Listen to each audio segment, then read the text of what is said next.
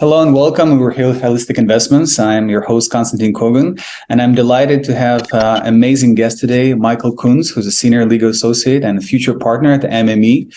And MME, if someone who doesn't know, is one of the biggest law firms in crypto space. They were behind the Ethereum Foundation. They helped to set up Tezos, Near, Bancor, Definity. They helped Cardano. It's a very well-known firm, and we're going to talk about how to set up a DAO and everything that you should be knowing about the risks and the implications of this. But first, I want to welcome Michael. Hi. Hi, Constantine. Nice to meet you and nice to meet the audience. Likewise, thank you for being with us. And because we were talking to a lawyer, right, so I have to be extra careful. So we're throwing legal disclaimer immediately so that the content is informational purposes only. You should not construe any such information or other material as legal, tax, investment, financial, any other advice. Now, I think we provided all the disclaimers. We can start. So before we jump into the topic, right, I'm just curious to learn a little bit about you, Michael. How did you end up in, following this crypto craze? Why did you even get excited about crypto? That's a good question. But as a matter of fact, I was working as an attorney in Switzerland before I moved to the United States for my wife. Well, she's not my wife. So basically, we lived there together, and she's an American citizen, and I was, trying to figure out a way to go back to Switzerland to work in a law firm. I sat on a bar in the United States. I was working there as a lawyer, but I realized that Switzerland, has a lot of advantages over the US, especially being a Swiss native person. So I was reaching out to various companies, and MME was one of them. So I actually didn't have a lot of crypto experience before. So as part of that interview process, they told me that they helped set up the Ethereum Foundation, and that they have a lot of clients. Some of them you already mentioned. And yeah, they said, if you're interested in that field, we're looking for people. Obviously, in 2017, that was 5 years ago, there were almost no lawyers with experience in that field. And I thought it's really a unique opportunity, like a once in a lifetime opportunity. So we decided to move back to Switzerland. And 5 years ago, I started in this space. And I had a few months where I could prepare to get a good understanding of how the blockchain space works. I spent a lot of time in Reddit, actually a few subreddits that I frequent quite often still, actually on a daily basis, because I think it's important to in this space to really understand what's going on. It's such a fast moving space that I think it's really important that you know how to use those tools, how to use these DeFi apps, actually understand what it means to be your own bank, and again, everything else came along the way. So let's start from probably the basic question. So you're in Zurich. Obviously, you work a lot with FINMA and then the regulators, and in your country, I'm sure you're familiar with other regulators. So, but the basic, I think, question people would ask, why Switzerland? Why is it a great jurisdiction for setting up a DAO?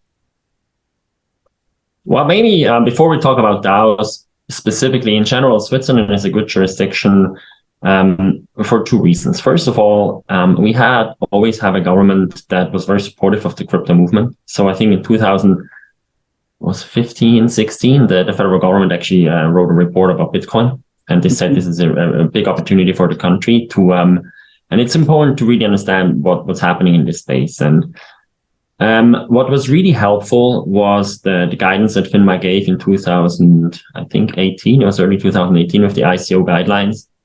When they came up with a very simple classification system. They talked about utility tokens, payment tokens, and asset tokens or securities, which is super helpful for us, right? Because obviously in the United States, you're still in a situation where you do not know what is a security and what is not, like 5 years later. And we already had that advantage in 2018. So we could write a memo or we could talk to FINMA. We had a clear answer, which is super helpful when you talk to investors and just provides you regulatory certainty. I think that's one part. The other part is obviously Zug, where all or most of these blockchain projects are located or domiciled, has a very preferential tax treatment. So the taxation is low, and you do have an ecosystem that is very crypto friendly. So you can pay your taxes in crypto. You can even pay us in crypto. There's various advantages when you talk to, let's say, in a smaller country compared to the US or others that kind of dedicates itself to this space. And so it's helpful because you have good universities, you have great talent here. Yeah, I guess these are the biggest advantages. I would agree that, right? And yeah, I remember this in 2018. It was actually very, very important that FINMA releases that, like when they differentiated like payment tokens, utility tokens, asset tokens, and that was very clear. I think that was a precursor where a lot of foundations actually chose, because also Switzerland, I would say, has a good reputation. If we're talking about any jurisdiction, like you can obviously try to go offshore, right? But that's not the same reputation. And also I would add banking, right? Because of the reputation of the banks, right? I think people actually are prone to, work with Switzerland. But let's go into other aspects. Like what would be the cons? Like, I will ask you provocative questions, right? So I've heard that with all the benefits, it still can be pretty pricey to actually set up the foundation and everything, right? People are telling me that the pricing ranging from like 150,000 to, to higher, like 6 digits, and the process takes a lot of time. So can you elaborate a little bit, like, how long does it take and what are the average costs? Obviously, it's project by project basis. We understand it's not a single foundation is the same, right? They have different goals, but roughly speaking. Well, maybe before we get there, I think another aspect we have to talk about first is what is the right legal entity for your project. Mm-hmm. And when we set up the Ethereum Foundation, we had ever since, actually still happens today, we have a lot of new customers that say, we want to have a foundation in Switzerland. And when we ask them, why does it need to be a foundation? They say, well, because Ethereum did that and Banker and others did it, so it must be the right tool, right? And when we basically always say, look, foundations make a lot of sense when you have a layer 1 protocol, because you have application developers that choose your protocol to build their app on. And even though they could probably move to another application or become cross-chain, you still have to have a confidence in the protocol itself. And so a foundation is a great vehicle because it does not have any owners and doesn't have any outside stakeholders that influence the foundation. It just has its purpose, which usually is support the ecosystem. And this ensures longevity on a protocol level and make sure that you can actually dedicate all the funds to this specific one purpose.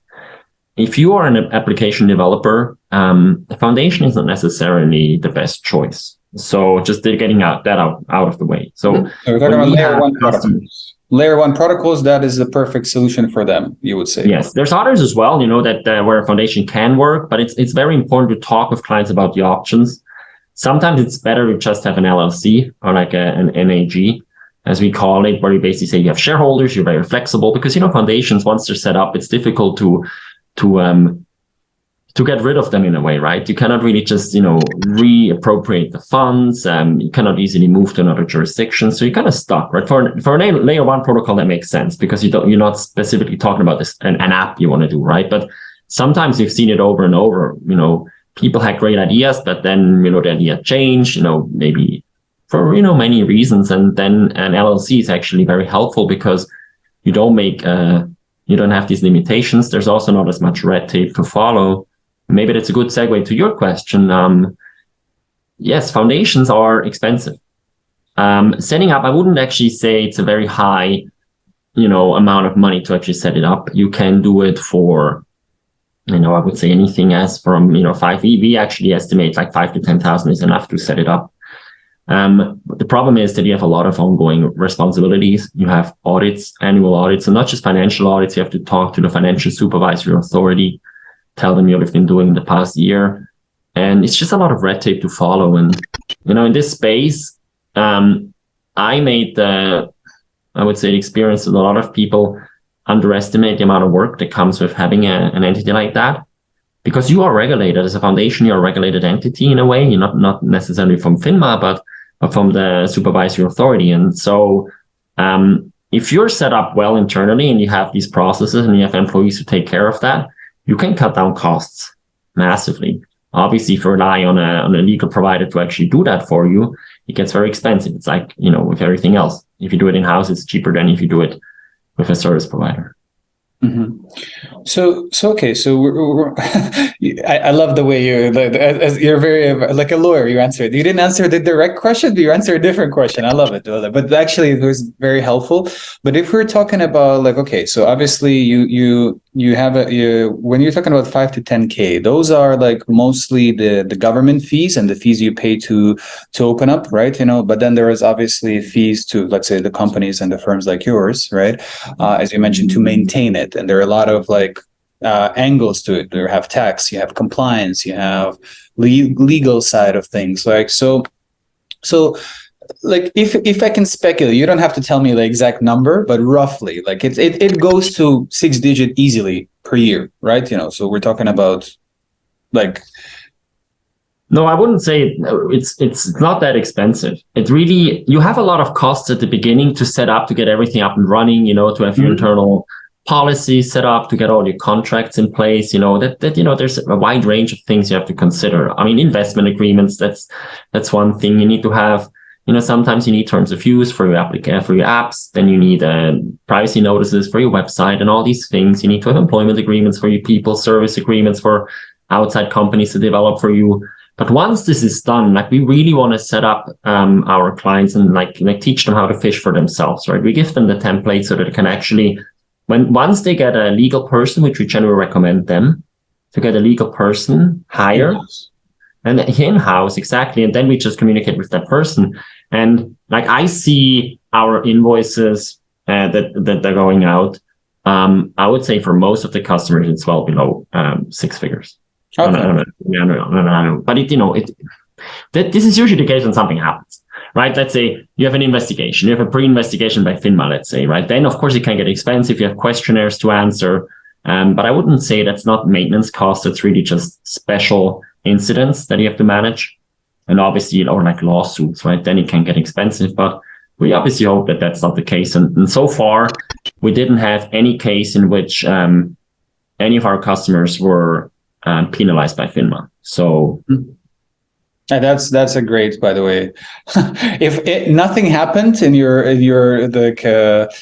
career and your professional experience like that means you're doing a good job, I think, right? I hope so, yeah. Yes.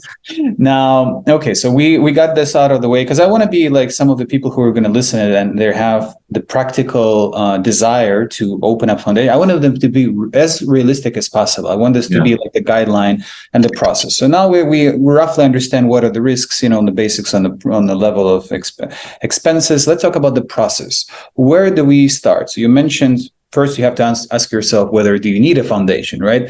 Now imagine a layer 1 protocol, another like super innovative differentiator, like coming to the market, and they're coming to you and saying, Michael, okay, I did my homework. We're layer 1 protocol. We want to do foundation in Switzerland.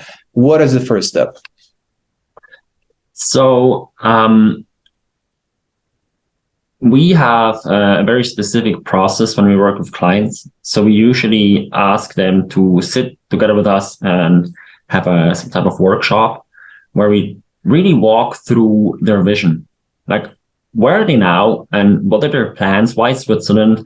And what do they want to build in the future? And this is very helpful because I made let's say we had a few clients in the past that understandably only wanted to have incidental legal support. And if you don't really do this holistic view of what they're trying to build, you end up running into obstacles along the way all the time. And it just happens because obviously things are, there's so many moving targets to keep in mind. And oftentimes you want to rely on a legal service provider to take care of these risks for you. So when we do these workshops, it's super helpful because we understand what we're trying to build. And oftentimes they tell us stuff like, actually, in a year, we're thinking about launching NFTs, and then we want to do a DAO, and then, maybe after that, a DeFi protocol, and bridging it to over there. And there's so many things that come up, like when they really talk passionately about their project, about their vision, then we can, talk about these things early enough to say, look, this is something that's going to make you a very highly regulated entity. So probably Switzerland might not be a good fit, or maybe to talk about, maybe this is an answer for the question before, and disadvantage of Switzerland is gaming. As soon as we have very strict and tough gaming or gambling laws. I'm not talking about video games. I'm talking about casino gaming. Yeah, of course. It's extremely strict. ridiculously strict, if you ask me. I mean, I'm not sure if I can say that, but the point is, it's very tough. And we say, look, if you want to do anything that has to do with gaming, Switzerland is just not the right fit for you. And I think that is important for customers to understand. So sometimes you can actually spin this off into a separate venture, but if it's a core part of what you're trying to do, it becomes problematic. For example, you want to build a metaverse, and then you say, okay, we don't know what people are going to do in our metaverse. And you have to think about, okay, are you going to be a super decentralized metaverse where nobody maybe don't have any control at all? Or are you the gatekeeper? And if you're the gatekeeper, you have to keep gaming applications out of your own metaverse, because if you operate this from within Switzerland, it becomes problematic. And it's just one example, but these are important things to keep in mind as early as possible before you create all your marketing brochures and everything, and you go to all these events and talk about what you're actually building.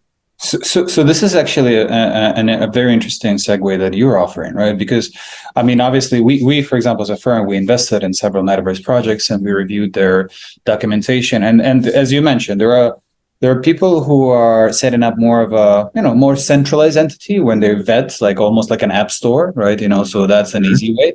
But when you're trying to do the centralized way, then people who are building the layer 2 applications, as you mentioned, right, they can build a casino inside your metaverse. Now, technically, you're not in control of what's happening in the layer 2 solutions, right? But then the regulators might have a different opinion, especially depending on where you're offering this, let's say coin or NFT in the market. So how would you, let's maybe split this question into 2 parts, right? One case scenario, if I'm a startup, founder, and I come to you early stage. Another case when I'm already have existing business and I want to set up a DAO as an extension of my business, right? So how would you advise the best way of approaching those things? It's a big question. So you mean DAO specifically? Specifically. So imagine there is already a marketplace, there's already let's imagine metaverse. So that's a good example, because metaverse by their design, they're supposed to be decentralized. I'm not going to comment on the hybrid models. I think they should exist and etc. That's a whole different topic. But imagine somebody wants to build a decentralized metaverse eventually. Maybe not from the get-go, but eventually that's the target goal. So what steps one should undertake to minimize the legal and compliance risk? Okay, that's a very good question. I guess we want to talk about that more specifically when you talk about DAO setup in the future. But I mean, what we've all heard before, which is a truth, is decentralization is a spectrum. And we always advise our clients to choose between, black and white. Are you going to be centralized or are you going to be decentralized? Because decentralization comes with a lot of disadvantages. Obviously, many clients that I talk to, they have ideas, right? Initially, it's always there was never a decentralized project that just came into existence, on day one. It was just there, right? It starts centralized. It starts with someone or a group of people that have an idea and they'd want to, bring it to the end, bring it to fruition. And this vision actually requires somebody to take control and take responsibility and push it through. And even if it's a bear market, you continue to work and to engage, and it's hard work. And so when people generally talk about they want to now decentralize over time, that is more difficult than you think, because it requires to let go. It requires to give away control of your brainchild. And that is hard. It's difficult to say, now I let go and now I have no control anymore. Maybe I have sold coins and I can vote on things, but if I'm honest to myself, am I really willing to let the community take over and move the entire thing in a completely different direction? What about a malicious actor, a whale who just buys all the tokens and just basically destroys my project? Am I fine with that? This could happen, right? That's eat and live and die, right? It's basically you're out there, it's decentralized, and you can no longer basically just, have an emergency brake. And so these are the hard questions we talk about with our clients. So really talk about, look, it's easy to talk about decentralization, just when we talk about that later with the DAOs more specifically, but it's a very good example. For a lot of people, DAOs are a perfect way to decentralize. But DAOs more often than not, are just kind of like glorified decision-making tools that have nothing to do with control, nothing to do with who holds the keys to the multi-sig, who actually makes the decision, who is in the Telegram group that talks with one another, where are the decisions made, who are like, there's often like core teams and like people in the background, like shadow governance that still works, is still at work. And regulators are not stupid. When they launch an investigation, they know what to ask. Like FINMA, for example, I don't know about the SEC, but I would assume the same for them. They know what they're asked. They know what they're doing, right? It's easy to fool like an investor, maybe, it's easy to fool like people on the internet. But once really people start digging, like you have to imagine it this way, like they send you a questionnaire with 15 questions and you answer 14 perfectly. And one, they realize you're kind of evading. And they send a new questionnaire with 10 questions about that one part. Mm-hmm. And they start digging and they start digging and they start digging. And, sooner or later, you just got to, you just realize, look, actually control is still with, that group. And I guess that's what happens also in the United States with these investigations we've seen in the past, where you still have figureheads, you still have the people who talk about the project, and the SEC and other regulators, they know who to go after.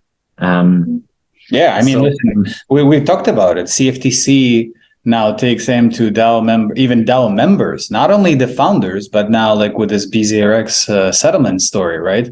Mm-hmm. They actually announced that, in the recent settlement that it's, it's decentralized crypto protocol operator, but two individual founders together with all the people who participated, like, they actually now being sued. And this is a new precedent. It never happened before.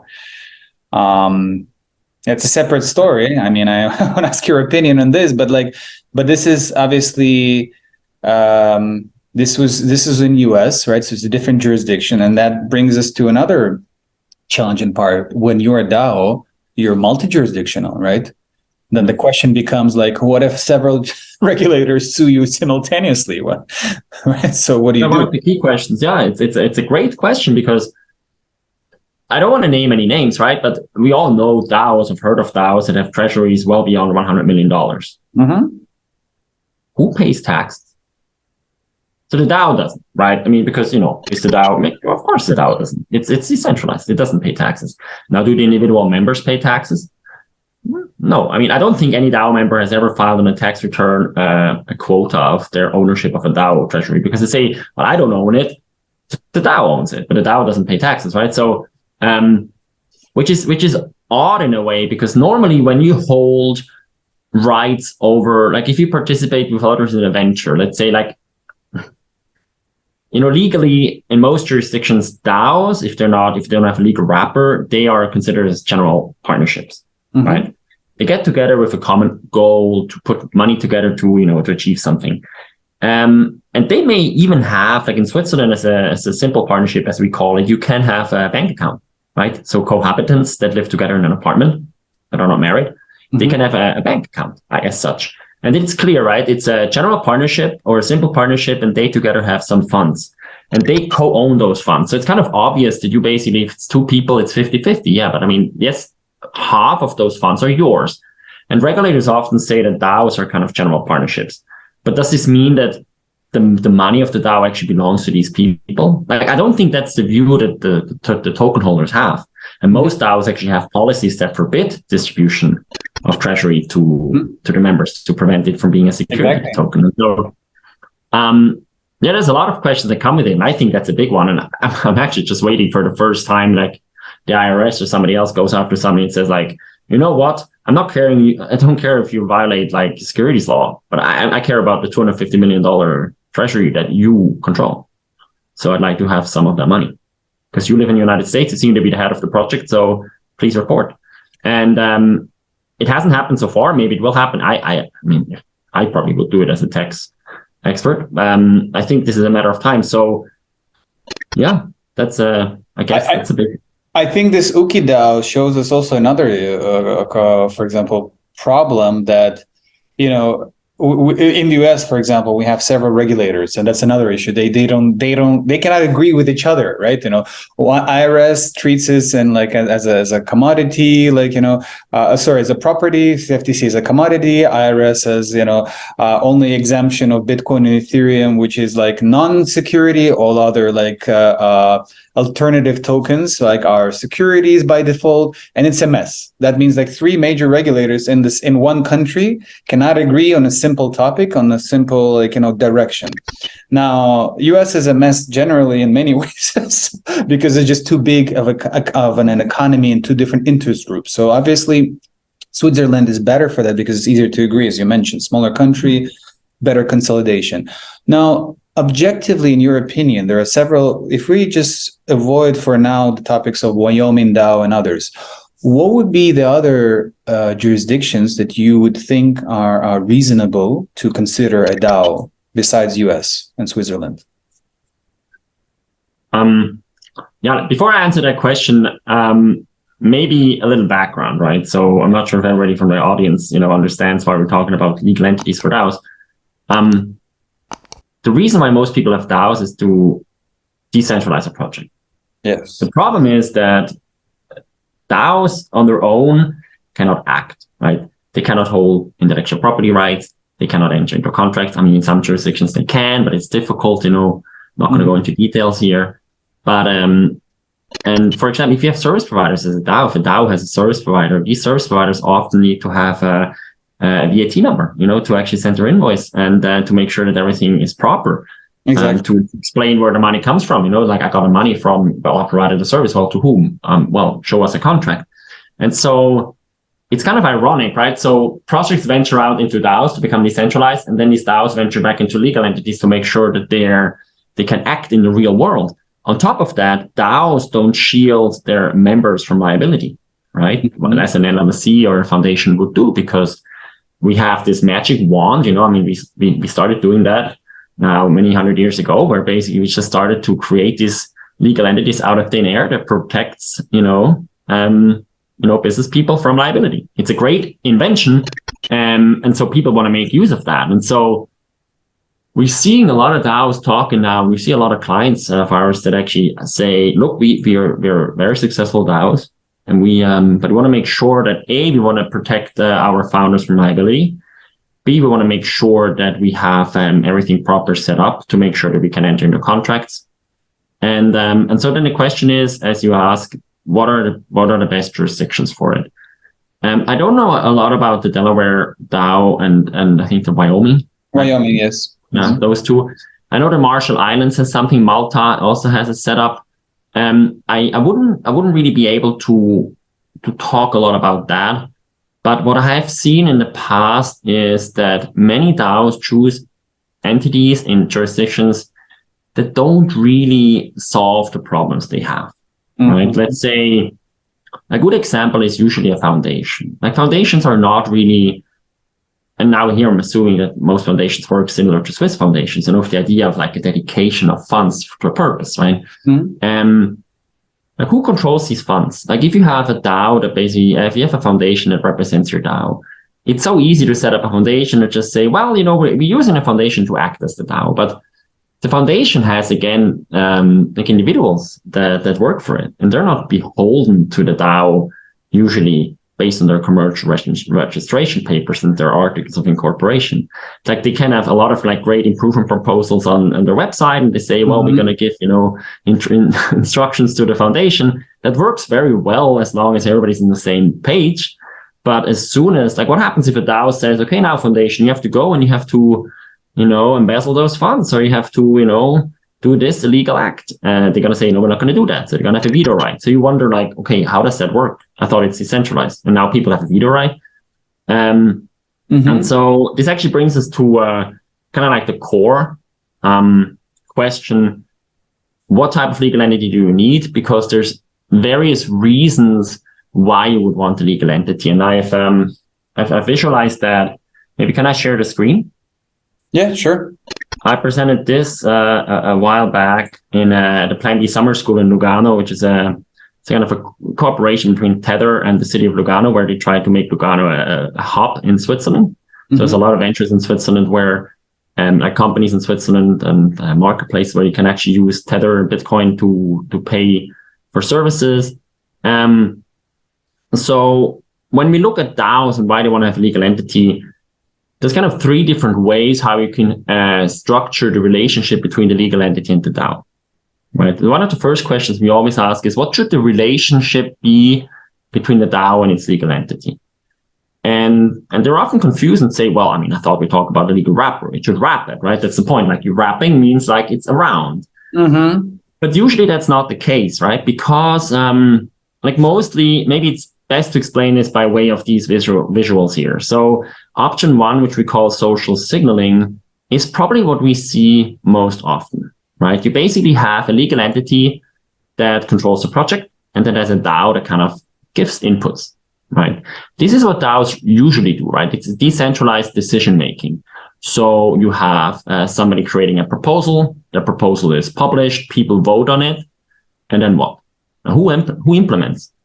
Like, some things, great. I mean, on-chain activity can be automatically implemented. Like, now upon approval, transfer, or anybody can execute, and it's just funds go from address A to address B. But what about engage law firm MME? Or what about engage, enter the contract with service provider Constantin, right? So somebody has to do that. And so in these setups, the legal entity actually still controls the project and uses a DAO to kind of get like social signals from the community. Like, what does the community want us to do? And usually they do everything the community wants until it gets too risky or too hot. And so the legal entity has the right to veto the DAO decisions. And so in this setup, we have to be honest and say, look, the DAO doesn't own or control anything. The DAO advises, and that's it. They may feel empowered, they may feel in control, like they're directing the project, but really they don't, right? It's still the legal entity that says, yes, we're going to do this, or no, we're not going to do this, right? What we also see more often recently is option two, which we call the principal-agent relationship. This is often used by DAOs who have already, well-established practices, who have a big following, like a lot of active members that really have a specific purpose to say, look, we want to engage now these service providers. We have to make sure that we have a real-world representation. So for those, you can actually say we're going to create a legal entity that is engaged by the DAO. So the DAO kind of hires the legal entity to do something, and then the legal entity has very limited powers, right? And it's usually only used for off-chain activities because that's what the DAO cannot do, as a digital-only entity cannot act in the real world. So, but the downside with it doesn't really protect anybody from liability. Like, think of it this way, like the DAO has $150 million treasury, sets up an LLC in Switzerland and says, here you go, you have 50K, engage a software developer. And then, the SEC investigates for, a DeFi protocol for violations. They're not going to say, well, the Swiss entity, it was them.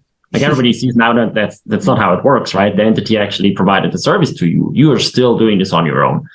And so you can see in these options, like none of them, but these are actually the overwhelming majority of all DAO setups that they call legal wrappers, that are simply not legal wrappers because nothing's wrapped at all.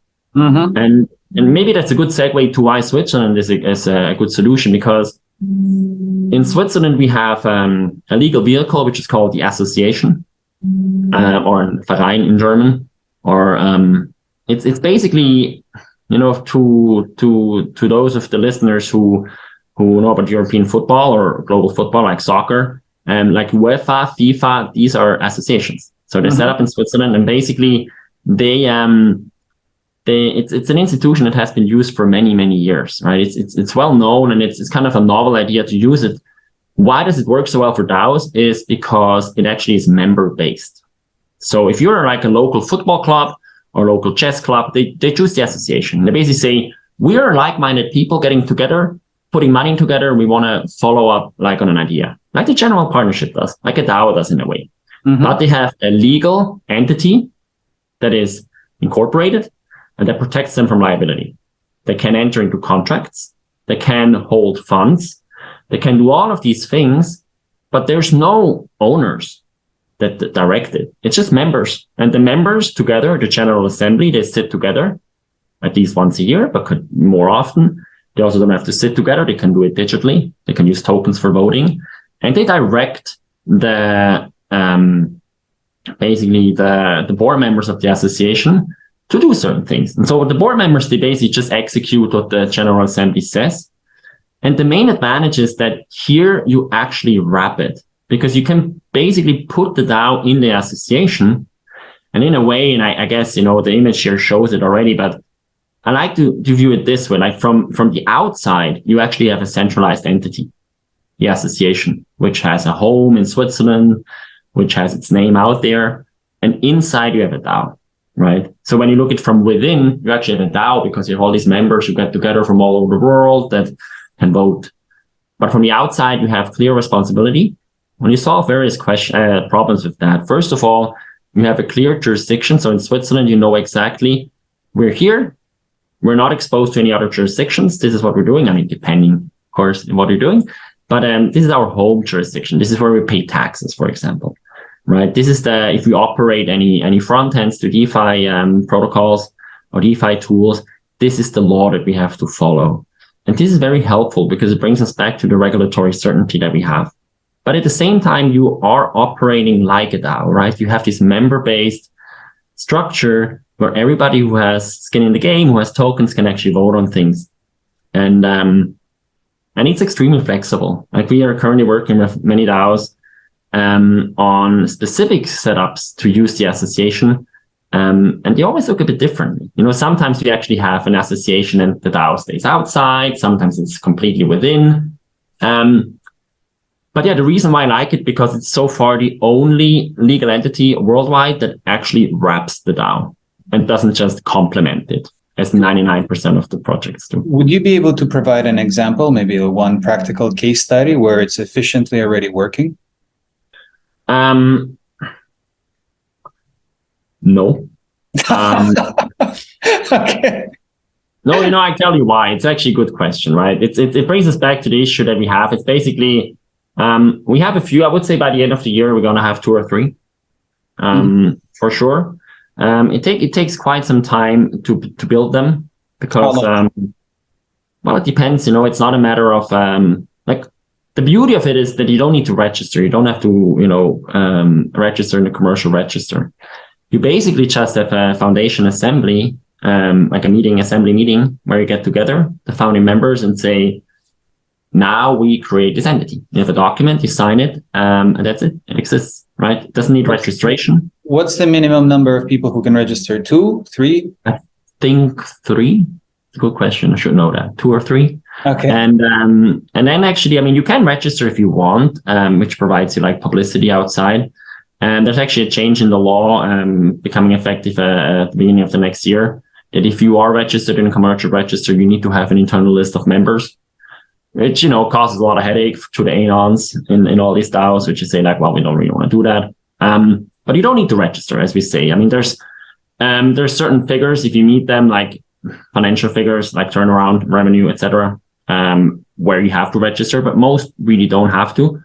So it's a really good tool, as explained before. The problem that we have is that most people in the blockchain space are very innovative on the product side, but they don't like to be innovative on the legal side. And so that's why they call and say they want to have a foundation. And I tell you, I have clients that say like, we want to do a foundation for the DAO. We say, look, it doesn't work. If you have a foundation, you have a foundation board, and they cannot listen to token holders. They just can't. By law, they must follow the purpose and they must vote their conscience and act their conscience. They cannot listen to, why did Ethereum choose a foundation, right? So you go through these discussions again and again, they say, okay, well, then we go to Cayman Islands. We do a Cayman Island foundation then, as others done it, right? And it's kind of like the fear of being first, unproven business models. I think it's just a matter of time. I think, the year 2023 in Switzerland is going to be the year of the association DAOs. I'm pretty sure of that, especially once we are able to announce the project that we have advised in that space. And then, probably, I wouldn't say it's going to have the same effect with Ethereum, but I wouldn't be surprised if it would be similar. So a few things maybe just to also write them off from the list, right? So the founders of the association, right? They don't have to live in Switzerland. They don't have to physically be in Switzerland, right? They can be whenever they are, like paying taxes, right? That's fine. However, you have certain limitations of like certain people, like for example, also you have a situation where I assume, right, some of the sanctioned countries, right, if one founder is, let's say, from the US and one from, let's say, Germany, and another founder, let's imagine Somali, right, so would that be posing a problem to even set up a DAO, right, or the association? Or Russia. Let's do more practical. Right now, we have a lot of challenges, like because of the Russia-Ukraine war, right? For example, now sanctioned countries are becoming one of the other, like we're talking about decentralization, which is a beautiful concept in its idea, but then we talk about the legal practicality, where you mentioned already several times, people forget about it. And I want to be brutally honest with the people who listen to us that it's not that easy. There are a lot of other intricate details, right, and nuances. So would that pose a problem if one of the founders of association or members, right, or founding members, right, be from a country that is sanctioned? Would you even be able to open it? I gotta tell you that I have never thought about that, specifically for the association. It's a very good question. Normally, why do sanctions matter, right? In an everyday world, whenever you interact with financial intermediaries like banks, payment service providers, etc., they are required to follow, obviously, like sanction lists and anti-money laundering provisions locally, etc. So they basically receive every day an update of all the sanction lists, etc. And then they have to act immediately on that. So they need to know who is your customer. KYC, know your customer, to understand who is that. Sometimes you have to have AML obligations on top of that, where you check source of wealth, source of funds, etc. Now, when we talk about who is your customer, the key question is, well, if an individual, it's clear, you ask for a passport and you can screen, that person. With a company, you usually ask for the beneficial owner or the ultimate beneficial owner. And there it's clear, right? If you would ask me, is it a problem that you have a Russian who has, a 51% of a specific company in Switzerland? Might be an issue.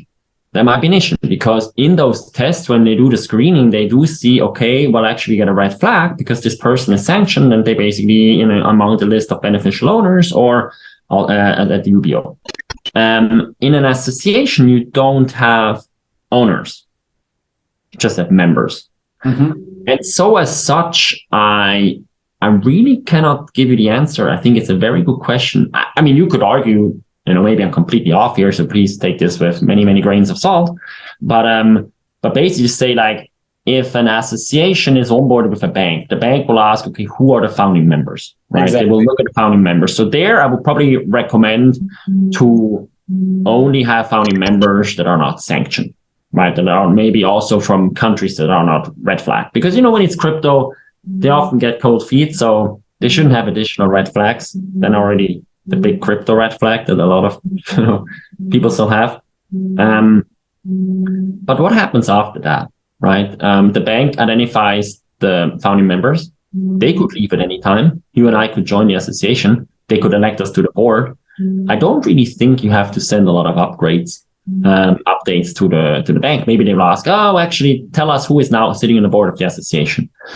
I would actually say that this depends very much on the internal policies of all these financial service providers, which brings me into a very important point. This really becomes essential when you interact with financial service providers, but a DAO doesn't necessarily have to do that, right? Sometimes you can say we're, crypto only. We don't rely on anybody else. So there's nobody who has obligations to check on us, right?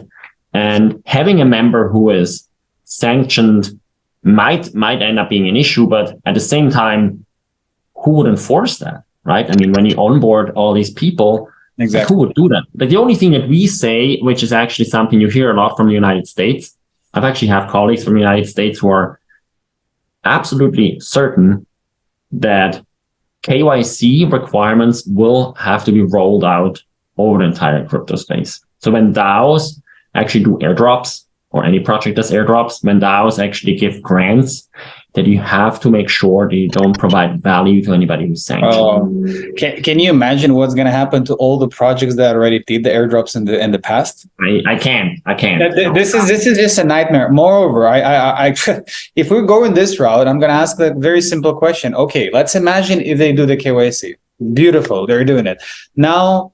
A project launches their token both on decentralized exchange, whether it's Uniswap or PancakeSwap or any other DEX, right? And a centralized exchange. A centralized exchange, you can argue, okay, you do the KYC, so they're responsible, they're the gateway.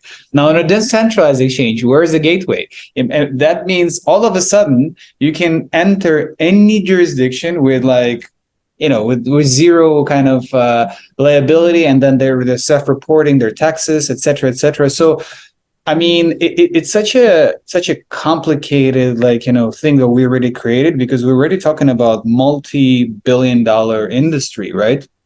And it's already out. The genie's out of the bottle, right? You cannot just completely destroy it, and you have to try to understand it. And the reason why I ask you this, I know it's a tough question, and I'm happy we're honestly talking about it, because I have more than in terms of signatory, right? So now, as a board member, let's imagine you and me are the board members, right? Who's gonna have a signature? Who's prevailing in terms of voting, right? How many people are actually able to outvote others to make sure that, let's say, someone, I don't know, God forbid, an accident happened, right? Somebody of a board member is no longer able to participate. Then we have to replace the person, right? And who's going to make a decision in a DAO, right? There's so many other questions which opens up this can of worms, that we don't.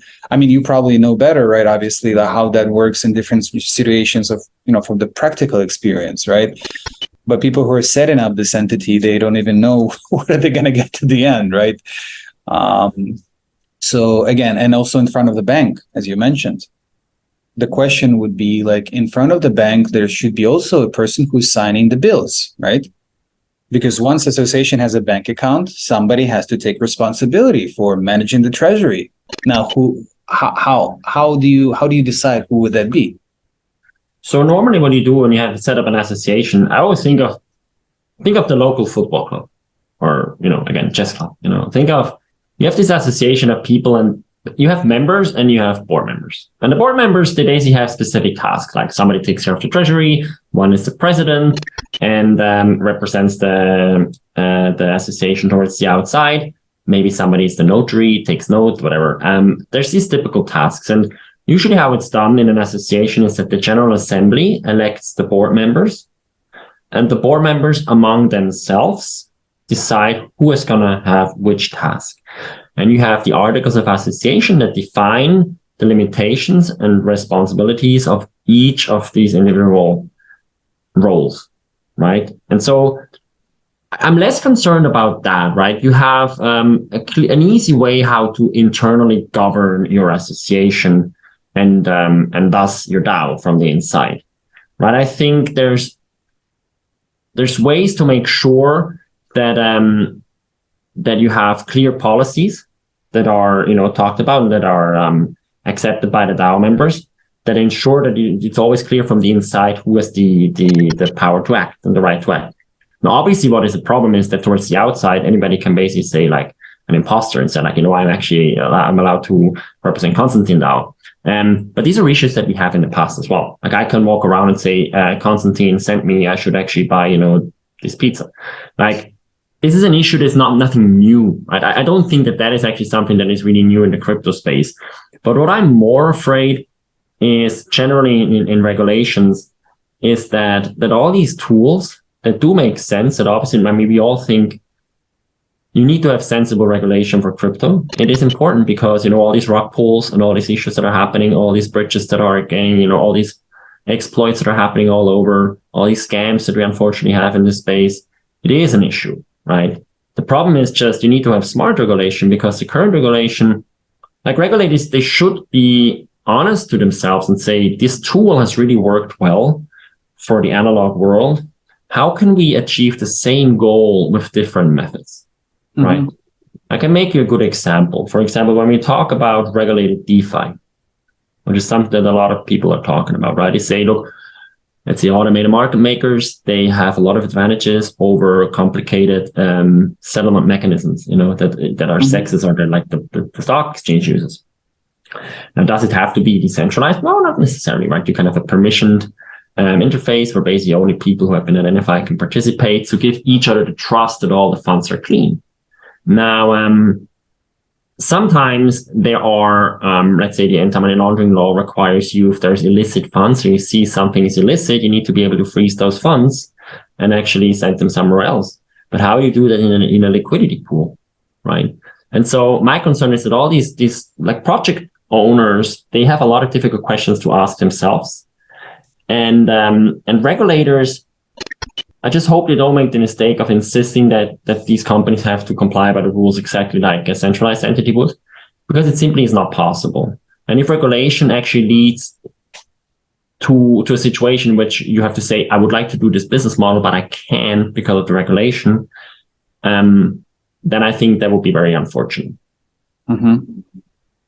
I would agree with you. Yeah, I mean that's a completely different matter that, we already have amazing examples of IMMs and they're working, right? If you think about it, like of the rug pulls that you mentioned, right? Analyzing most of the biggest problems happen actually with centralized projects, not with decentralized. Decentralized projects are actually very resilient. They're more resilient than centralized. Like most of the project that collapse, I don't want to, again, put up names to give bad reviews or anything, but that they were over collateralized or somehow like over leveraged, in many ways, and that's why they failed. The DeFi protocols actually, yes, they take the downturn like generally with the market, right? But they're actually very, very efficient.